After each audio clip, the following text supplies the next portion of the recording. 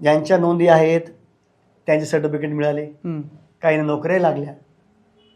आणि सगळ्यात मोठं नुकसान जर झालं असेल या लढ्यामुळं EWS आरक्षण कुठे आहे मराठ्यांचं? हो, ते सगळ्यात मोठा मुद्दा आहे. आणि सगळ्यात मोठा मुद्दा EWS कुठे आहे विचारा ना. EWS आरक्षण गेलं ना मराठ्यांचं. EWS मध्ये किती मुलं लागले असते. आज या रेट्यामुळे EWS गेलं. ACBC मध्ये हे करा म्हणताय, भरा म्हणताय फॉर्म. आता याच्यावर बोललं पाहिजे. EWS आरक्षण कुठे आहे मराठ्यांचं? तुमचं असं मत आहे का की या सगळ्या आंदोलनाचा काहीच फायदा झाला नाही, या आंदोलनाला यश मिळालंच नाही, असं मत आहे का तुमचं? अजिबात नाही. आंदोलनाला यश मिळालं कसं? जो समाज झोपीत होता की माझी कुणबी नोंद आहे, त्यांना कळलं ना या लढ्यामुळं, ते नोंदी शोधायला लागले.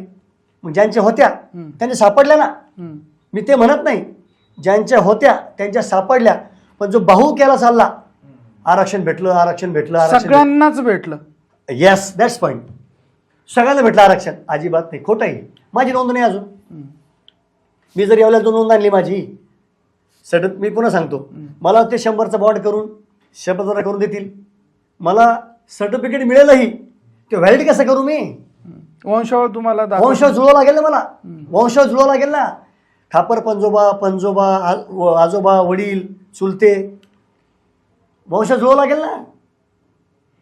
हे असं चित्र आहे.